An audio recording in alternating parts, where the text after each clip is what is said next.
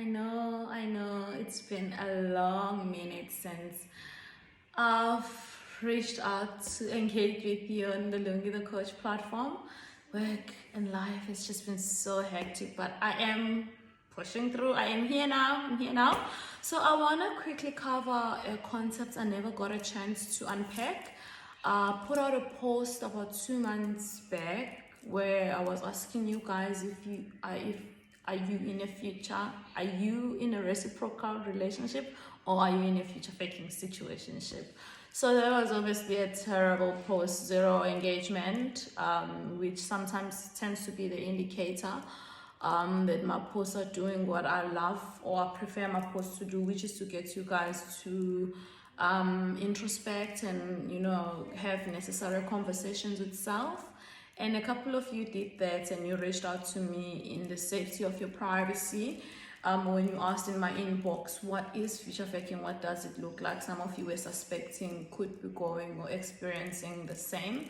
And I usually say, guys, 1 second. I usually say when you are second guessing yourself whether what you're going through or what you're feeling, you are feeling or you are going through it, that's a clear sign that you are in a toxic relationship. And I would like to encourage you here that never ever second guess yourself. Do not doubt yourself. Your core you always know what you went through, you always know what you felt, you know what they say, you know how it made you feel, and you know that does not sit well with you. So you do not need Google to confirm that for you, or Lungi to come and say yes, it's definitely a future faking situation, you are being future faked. But be that as it may, I am going to now go and unpack the future faking concept and what does it look like. So basically, I will try break it in two forms. And I'm going to try by all means to stay away from the term narcissist, because I just feel it's been used so loosely. And you're gonna end up getting into a debate of how do you diagnose somebody that they are a narcissist, blah blah blah. I'm not here to do that. So for us to get the concept of what I'm trying to unpack, we're gonna have a non-toxic partner and a toxic partner. So a non-toxic partner in this instance is this person who is working so hard trying to get the relationship into a healthy state so that they can enjoy it in the form that they believe the relationship should be in. Then a toxic partner is somebody who is obviously putting zero work into the relationship and enjoying all the benefits of being in this relationship. They are the riding partner in the toxic ride or die, and you are the dying partner as a non-toxic relationship. So it basically takes shape and forms in typically two scenarios, where one area where you could be future fake is where you as a non-toxic partner are self-soothing yourself and you're trying to give yourself justifications of being in this toxic relationship. You have been paralyzed and literally you've got no voice in this relationship, and you are non-existent and you don't know how to voice your needs. You are either scared to voice them because you sort of know that voicing your needs will challenge certain areas of the relationship, and you are very clear that if those areas are challenged, the relationship could end, and that's potentially not what you're trying to get to. Or you just don't know how your partner will react, so you just choose to rather not raise these needs that you've got, because maybe they're just not meeting them because they're having difficult circumstances that are preventing them to meet your needs. Because, well, if they love you as you think, they would meet your needs. So you then end up not voicing them. Then you start building these scenarios in your head to say, it's hard now, but in future this relationship will work best. When my partner get this particular job, he should be able to meet just this one particular need, whether it is to move the child to a different school, or it is to change neighborhoods, or whatever, or it's to go on holiday together, or it is a need for maybe you guys to get into certain investments. I don't know, your needs and you know how important they are. But usually the needs that are not met, they are deal breaker for the non-toxic partner, but they are refusing to accept them as deal breaker. So they then end up staying in a relationship not fulfilled and just hoping that one day the toxic partner will turn around and see them. So what you then tend to do, because you are trauma bonded with this toxic partner, that's why you will fall prey into being in a future faking relationship. So you are either possessing self-limiting beliefs that tell you that you're not worthy of love and you must work hard to prove yourself, to be seen, and therefore you will be worthy of being loved in the manner that you wish. You believe so hard in being a good woman or good man, and that by being so faithful, so loyal, and doing so much, this person will eventually see you and appreciate you. And as they appreciate you, they will then start meeting your needs in this relationship. So you go off a tangent, you then start building these scenarios which hold you and they keep you in this relationship, and your hopes are, I'm sure, I am almost certain this person loves me, and if they say they love me as much as they do, there is no way they would just be not meeting my needs. So one day when they either get this job, or one day when they get this promotion, or one day when they get this tender that they've been waiting for, and the money comes in, they will be able to do 1, 2, 3, 4, 5, and I will be happy at that stage, or I will be fulfilled in this relationship at that stage. And what tends to happen, which is so unfortunate in most cases, your partner carries on with himself because he's been used to not playing a vital role in this relationship. You've allowed him or her to do that. So chances are when they get that money, or they get that job, that promotion, whatever was the milestone that had been set in your head in the future, it is reached, and something else overtakes your needs. Something that is of high priority to the toxic partner, they jump and they start doing that. And lo and behold, you complain at that time. You will be accused of so many things. You don't know how life has been hard for them. You do not want them to just have a little bit of enjoyment. You never really liked them. You don't like it when they do well in life. Like you will be blamed. You'll be blamed for voicing out your needs if you dare find courage to voice your needs at that time. Or maybe you find a kind of way of trying to place yourself in the radar of their execution list. If you're lucky, you will get it at probably half a scale of what you deserve, and that's still also not a way of living in a healthy relation, in a relationship where it's not that healthy and you are so unfulfilled. So that's one part. I'm not gonna go to great lengths of many different shapes and forms, but that's one part where you are basically gaslighting yourself, and you are building these scenarios that this relationship will be better in the future. Then the other part is where the toxic partner is outright toxic, where you voiced out your needs. And at that moment they seem so sincere. They understand, they get it, it's been also their wish that there could be that kind of a partner to you, but it's just been so hard for them. Their circumstances have just not allowed. If only they could just get this tender, if only they could just get this job in the future, when they get this promotion, they will then be able to show up and, be there for you. You can definitely depend on them. You can definitely count on them. They know how hard you've been working. They are full aware how you've been holding the fort for the family. So one day they will take over and, take the lead. They hear you, but please be patient, bear with them. Try and understand how life has been hard for them, but they are trying. Then, that tends to put you in a very difficult position if you're somebody who is not healed, who is trauma bonded, because you then are seeing signs as the years progresses that you probably made a bad investment, and maybe you should be cutting your losses, but now you are looking at this scenario. This person said they are trying, they probably haven't been unfaithful to me. How can I now just all of a sudden want to leave this person? And then, probably religion is at play now. and you know, the old school mentality of what a good partner is, you know, like he sleeps at home, I know his whereabouts, you know, like it becomes very, very complex now to want to voice the realistic view that you've got that says this person has not prioritized my needs because he hasn't prioritized what he said he needs to do to be able to get to a position where he's able to meet my needs, right?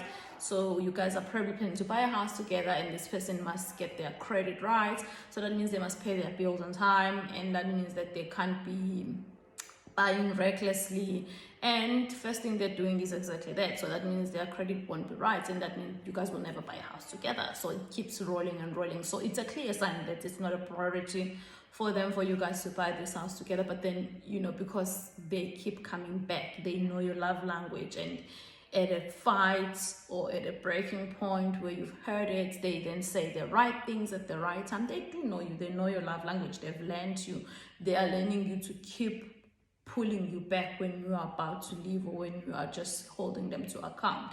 So you are then going to be perpetually manipulated to understand this person's circumstances that they're not doing anything about, to change. Or you can then jump on the bandwagon, start working so hard to help them. You are probably putting in those RFPs or tenders to make sure that they get this tender, and then maybe for your luck they get the work, and then when they start popping with money, yet again more disappointments, because they will then not prioritize your need. Remember, again, you've taught them that your needs can wait. You've taught them that they've seen it live, that you are capable of holding everything down. So when they get money, they will then start taking care of their needs, start with their priorities.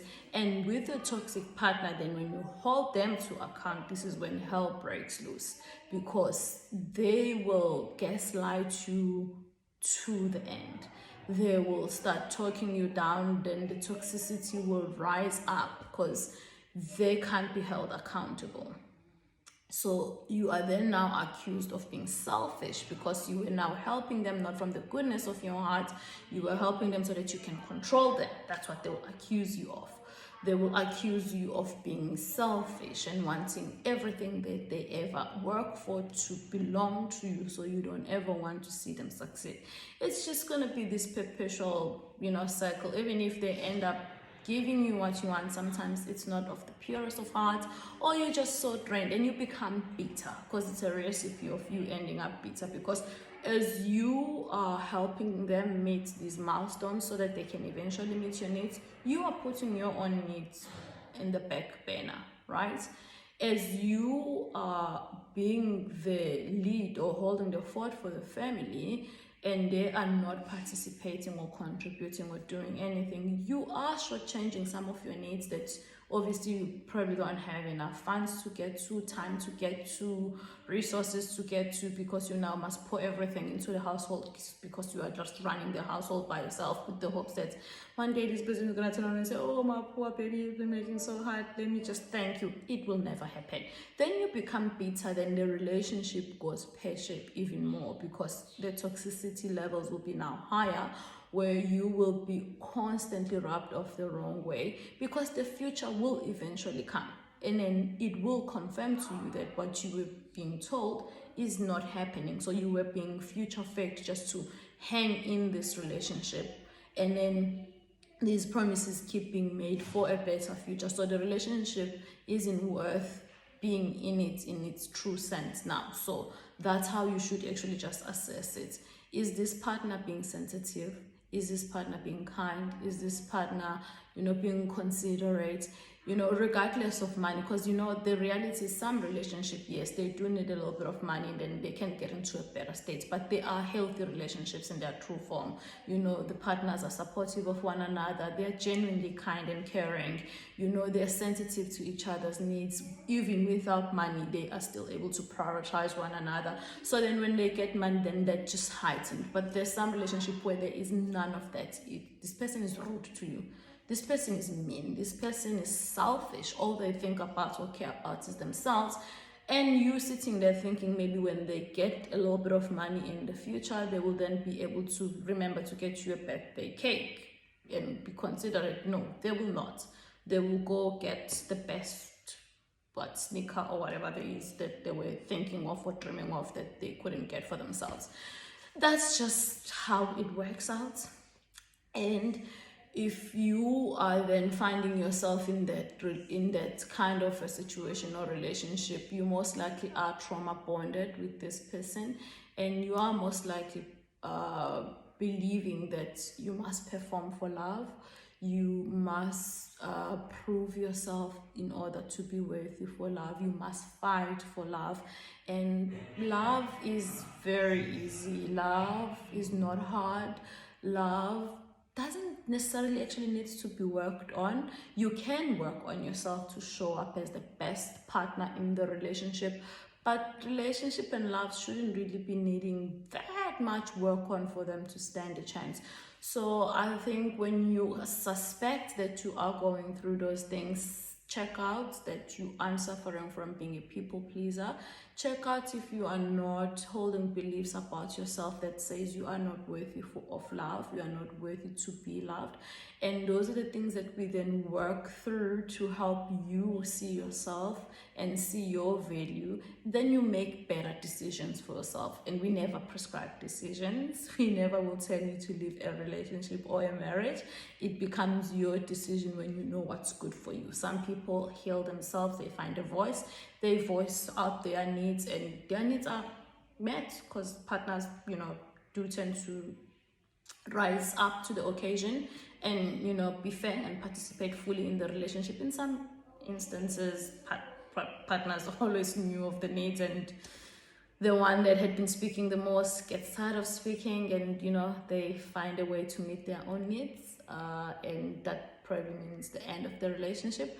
But it's not always the case for most relationships. So seek your healing, seek to know how you can show up better in all your relationships, and therein lies your answer. So yeah, I hope I did cover the core of future faking, because I did cover other concepts while I was chatting throughout.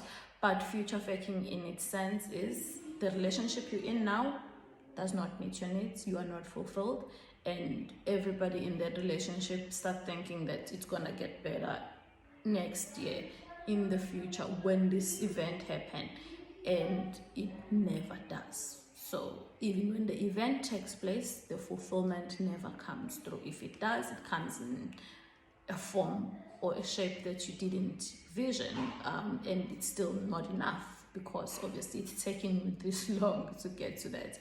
So what I would say is, if you've made a bad investment and you've put in all your energy into a man or a woman or a relationship, and you're realizing that it's not giving you what you want, or it's not fulfilling or meeting your needs, try to look for yourself, try to meet those needs for your own self. Then thereafter, go make decisions about the kind of a relationship you're in, because then you will be better equipped to not play ping pong and to not fall prey to a toxic partner who knows you very well, who knows your love language, who can make even bigger promises at a sign or at a sense of you exiting, because obviously they want to keep you in this relationship. It's great for them, you're doing all the work, they are benefiting of this work. I'll also say, when you use religion and you're quoting the Bible and you are wanting to hang in there, or begezela, or to persevere, and you're being a woman, a Proverbs woman, you are being all those things, I will say check them in the true sense of what God prescribes and what is God's word in its true sense, not what church doctrines say to you or what society asks of you. Because when you look at it in the true sense of God's word, therein lies the answer as well. Because at the forefront of everything you do, you should guard your heart. When you are compromising your needs and you're compromising yourself, you are no longer guarding your heart. Your heart is exposed, and nothing good will flow from that heart. So I will say, guys, try to silence the noise when you've dictated that you're in a toxic relationship. The church, the friends, the society, the social media will say so many conflicting things that you will not be able to hear what you need from the core. Try to work on yourself, try to listen to yourself more, because you already know the answers. You already know what you want to do. You may be scared to do it, you may be ill-equipped to do it, but try to listen to yourself and give yourself all the tools you need to be able to make better decisions for yourself. So society will tell you that, oh, really, why would you want to rock the boat when someone is like what? Sleeps at home, does not have a hectic social life, they don't abuse alcohol, they're just best grade of men, right? And yet to you, you probably have other needs. You have a need of an intellectual partner, of a partner that can build dreams with you, a partner that can get into investments with you, build a house together, and the partner you've got has no interest in that, and it is a need of yours, and you are allowed to voice that, you are allowed to have that need. And in relationships, needs must be met by each partners, and you will then end up not voicing it because you are feeling like you're being unfair, or you are trying to rock the boat for no reason. No, you're not. Those needs are valid for you. Rock the boat, challenge your relationship. Feel free to challenge your relationship to grow, challenge your relationship to take a new shape or form. People evolve, your partner evolves, you are also evolving. In a healthy relationship, partners can challenge each other for the better, to grow, and that the challenge doesn't mean that the relationship must end. And the fact that you think if you challenge certain areas of the relationship, it might threaten the end of the relationship, is already telling about the kind of a relationship you're in. So I'll say, guys, let's be very much aware about our core. Let's be very much aware about what this is telling us, because we always know what we need, and we silence it, we push it down, we use all this external noise so that we don't attend to truly what this thing has been saying, and it speaks louder over the years. So if you happen to be in a future faking relationship, forgive yourself. You probably wouldn't have known any better. And people who tend to be in these kind of relationships are people who would get into them quite young, where both partners, aren't fully responsible of themselves.